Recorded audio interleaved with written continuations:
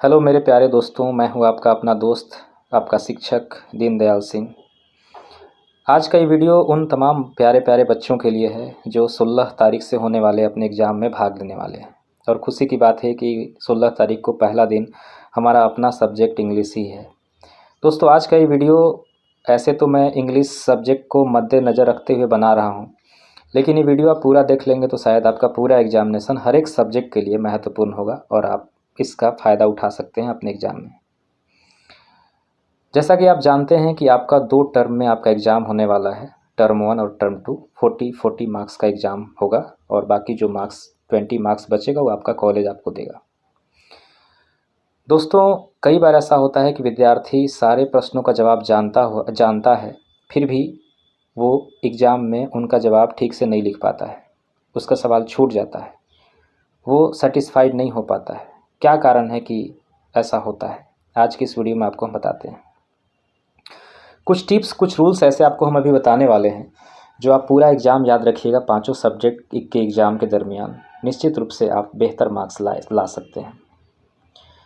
देखिए, rule number 1 आप याद रखिए कि जब भी आप एग्ज़ाम सेंटर पर जाते हैं तो आप फालतू लोगों से बात मत कीजिए। अपना खुद का एक इन्वायरमेंट क्रिएट कीजिए और उसी में रहिए। एग्ज़ाम सेंटर पर जाने के बाद कई तरह के बच्चे आपको मिलेंगे, कई तरह की बात बोलेंगे कि रात भर जगा है, आँख लाल है, बहुत पढ़ा होगा, बहुत मेहनती विद्यार्थी है तुम्हारा तो बहुत अच्छा आएगा, ये क्वेश्चन आने वाला है, ये वाला याद है कि नहीं है। ऐसा करने से आप डिस्ट्रैक्ट होने के अलावा और कुछ नहीं हो सकते। आप जो याद करके गए हैं उसमें भी आप गड़बड़ा जाएंगे और 1 घंटा से कुछ होने वाला है नहीं। उस समय आप जान भी जाएंगे तो आप कुछ नहीं कर पाएंगे। इसीलिए अपने आप को काम कूल रखिए, शांत रखिए और ये मन में रखिए कि जो आएगा देखा जाएगा। अब मेरे तड़पने से छटपटाने से भी तो कुछ नहीं होने वाला। इसलिए फालतू बच्चों से आप दूर रहिए। अपना आप एक सेल्फ इन्वायरमेंट क्रिएट कीजिए, उसी में रहिए। ठीक, इससे आप अपने मन पर काबू पा लेंगे और आप कंसंट्रेट रहेंगे और आप एग्ज़ाम में जो भी याद करके गए हैं उसको ठीक से लिख पाएंगे। नहीं तो आप भटक जाएंगे, आपका माइंड विचलित हो जाएगा वहाँ पर जाने के बाद। तो इस रूल नंबर 1 को आप याद रखिए। दूसरा कि एग्ज़ाम सेंटर में जो भी आपको मिलता है, आपका क्वेश्चन पेपर या फिर आंसर शीट, OMR शीट, ध्यान से OMR शीट भरना है। स्पेलिंग मिस्टेक, डेट, आपका रोल नंबर, रोल कोड, ये सब बहुत ध्यान से पढ़ना है। कई ऐसे बच्चे हैं जो OMR शीट को नहीं भर पा रहे हैं अभी भी, और वहाँ पर जो इन्विजिलेटर होता है, निरीक्षक होता है, ये लोग भी बढ़िया से मोटिवेट नहीं करते हैं, बच्चे को समझाते नहीं हैं, उसको गाइड नहीं करते हैं। अपने से आप भरिए, मुझे उम्मीद है कि आपको भरने बढ़िया से आता होगा। ऑब्जेक्टिव और सब्जेक्टिव 2 तरह का आपका एग्ज़ाम होगा, तो याद रखिए कि ऑब्जेक्टिव में खासकर इंग्लिश में आपको कोई दिक्कत नहीं होगा। अगर आप शुरू से मेरे पास दीनदयाल इंग्लिश क्लासेस में पढ़े होंगे तो मुझे लगता है कि आपको आधा से 1 घंटा समय बच जाएगा, आप पहले ही बना लेंगे। 1-2 क्वेश्चन होगा, जाहिर सी बात है कि वो आपको नहीं आएगा, ये भी हम कह दे रहे हैं, और ऐसा होना ज़रूरी है। फिर नहीं तो विद्यार्थी में घमंड आ जाता है। आपको अपने से दिमाग लगा के बनाना होगा। लेकिन मैं ये वादा करता हूँ कि आप एक दिन पहले ही हम बोल दे रहे हैं कि आप जो भी एग्ज़ाम में जा रहे हैं, आप जाके देखिएगा कि आप कितना मेहनत किए हैं, हम कितना किए हैं, उसका आपको परिणाम 16 तारीख एग्ज़ाम में आपको पता चल जाएगा। हम आपको वादा के साथ कह सकते हैं कि आपको आधा से 1 घंटा समय बच जाएगा, ऑब्जेक्टिव में खासकर। लेकिन महत्वपूर्ण बात सब्जेक्टिव में है और आज हम आपको वही बता रहे हैं। सब्जेक्टिव जब भी आप बनाना शुरू करें, आपके पास 1.5 घंटे का समय मिलेगा। शुरू से ही आप स्पीड लिखिए, बहुत ज़्यादा स्पीड नहीं और बहुत ज़्यादा कम भी स्पीड नहीं, मध्यम स्पीड में आप शुरू से अंत तक लिखिए। बहुत सारे बच्चे क्या करते हैं कि शुरू में बहुत धीरे धीरे लिखता है और बाद में स्पीड लिखता है। जब उसके पास समय एकदम कम बचता है तो शुरू में इतना आराम से लिखता है, नाप नाप के लिखता है, इधर उधर देख देख आराम से हिल हिल के झूल झूल के लिखता है और सारा समय गंवा देता है।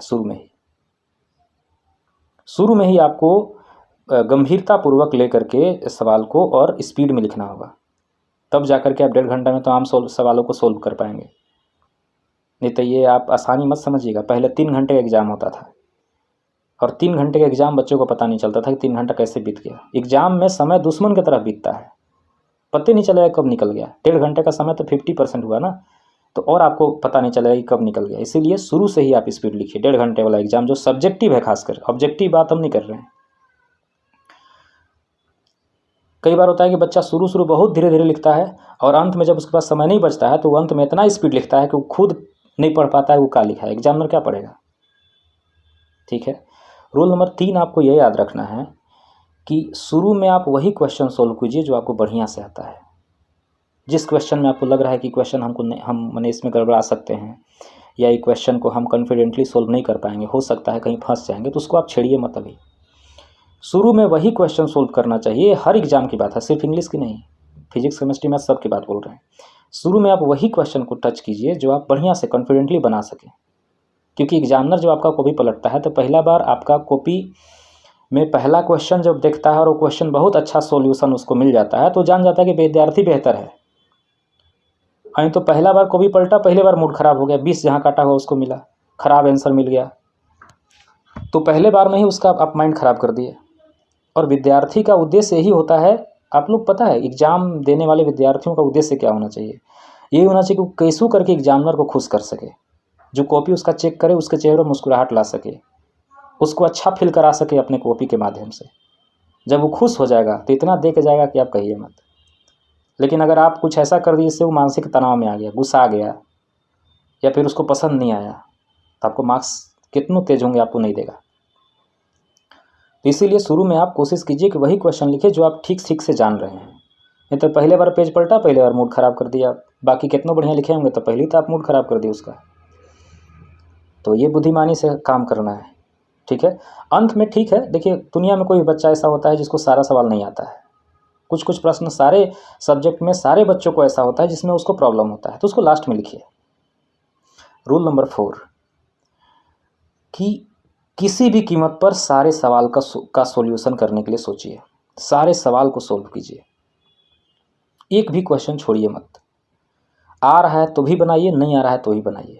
खाली कॉपी कभी मत छोड़िए, एक भी क्वेश्चन मत छोड़िए।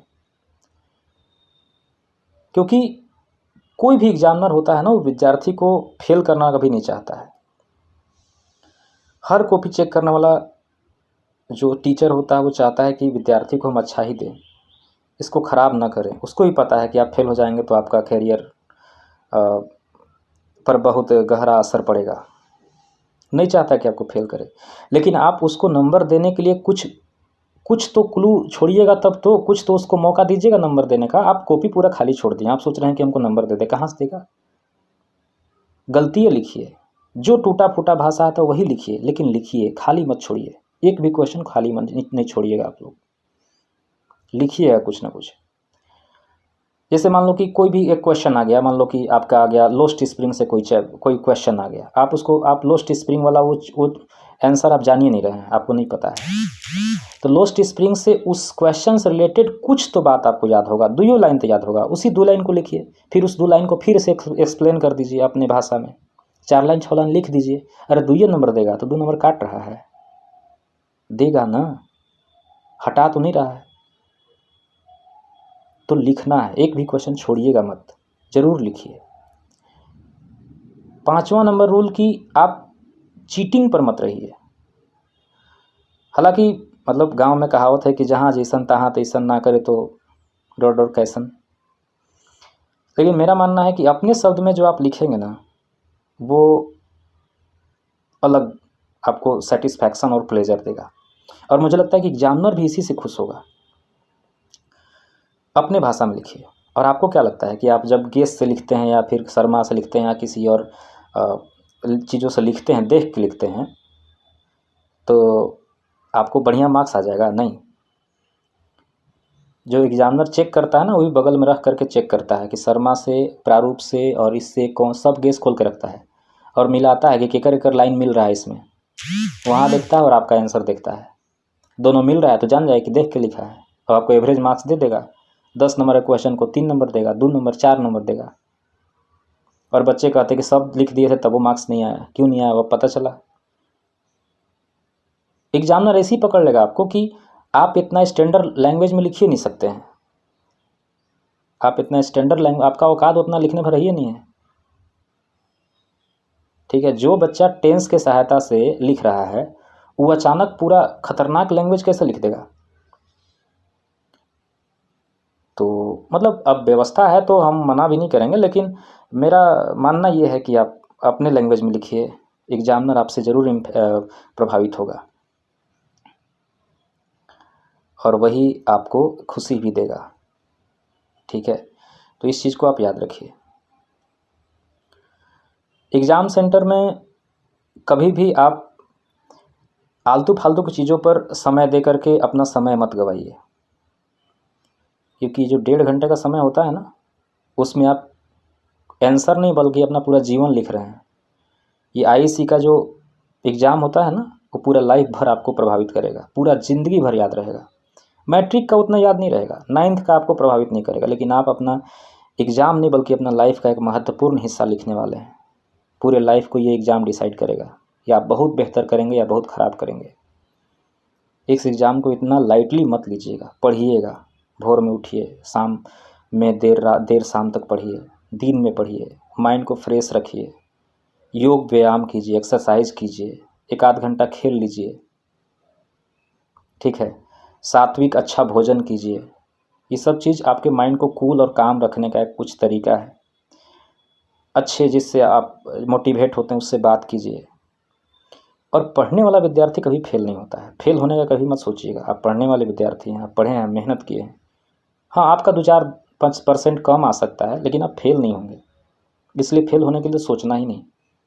और अगर भगवान न करे, अगर मार्क्स अगर 1 आध में ख़राब आ भी गया, तो पृथ्वीराज चौहान को याद कीजिएगा, फिर आक्रमण करेंगे। ठीक है,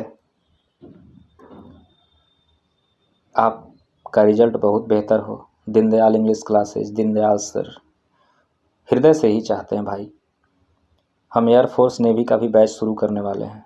आप एग्ज़ाम दीजिए, जहाँ रहेंगे वहीं हम आपको ऑनलाइन लाइव पढ़ाएंगे। बस आप बेहतर करें, मेरा नाम रोशन करें, अपने माँ बाप का नाम रोशन करें, और आप हमसे ज़रूर मिलने के लिए आइएगा। एग्ज़ाम देने के बाद हमारे पास ज़रूर आप आइएगा। एग्ज़ाम देने के बाद बच्चा अपना मौसी घर, नानी घर, ससुरारी करना शुरू कर देता है, लेकिन अभी आपका युद्ध ख़त्म नहीं हुआ है। मेन लड़ाई तो अब चालू हो रहा है। आपका उद्देश्य आईसी पास करना थोड़े है, आपका उद्देश्य नौकरी लेना है, समाज में अच्छा बन के दिखाना है, नौकरी देना है, माँ बाप का सेवा करना है। तो ये नौकरी लेना, नौकरी देना, अच्छा बेहतर इंसान बनना, खुद का कंपनी शुरू करना, ये आईसी के बाद ही सब होता है। और जब ये सब करना का टाइम आता है, आप नाना नानी घर, मौसी घर घूमते हैं, 6 महीना घूमता है, उसके बाद आता है, पता चलता है कि सब उसके बाद भूल गया जितना पढ़ल लिखल था। तो मेरे भाई, कुछ भी सोचो उसे पत्थर की लकीर बना दो, और खुदा की दी हुई किस्मत न हो मंजूर तो नई अपने हाथ से नई तकदीर बना दो।